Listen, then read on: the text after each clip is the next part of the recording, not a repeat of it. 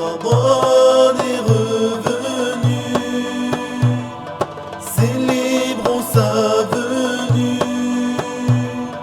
La joie est dans les cœurs, gloire à notre Seigneur. Ce qui est un devoir pour celui qui n'observe pas le jeûne délibérément durant Ramadan. Ne pas accomplir le jeûne délibérément durant Ramadan rend obligatoire les choses suivantes. Dans certains cas, le rattrapage seul, dans d'autres, le rattrapage assorti d'une compensation fidyah, dans d'autres, la compensation seule à la place du rattrapage, et dans un autre cas, le rattrapage et le versement d'une expiation kaffara. Ceux qui n'ont pas jeûné et qui doivent le rattrapage seul sont les suivants.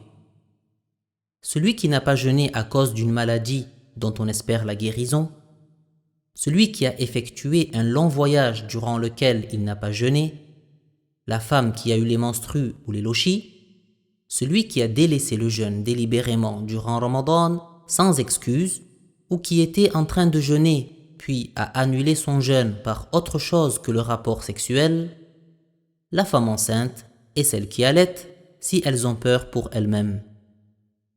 Tout cela doivent seulement le rattrapage jour pour jour.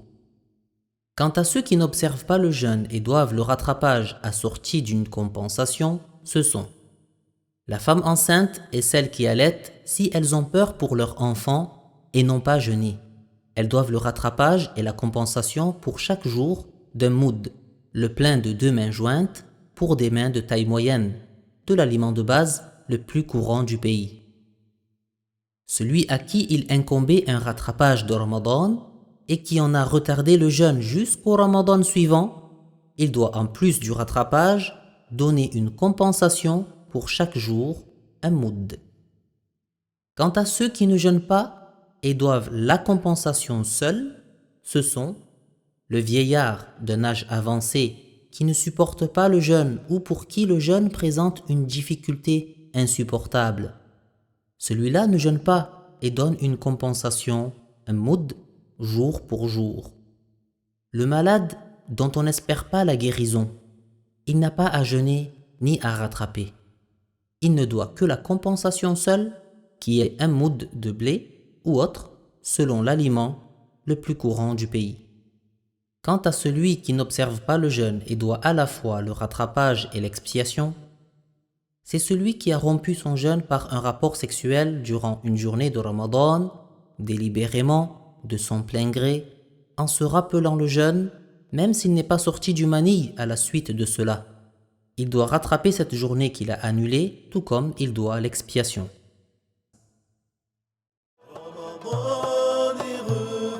Retrouvez d'autres cours sur le jeûne de Ramadan sur notre site apbif.fr.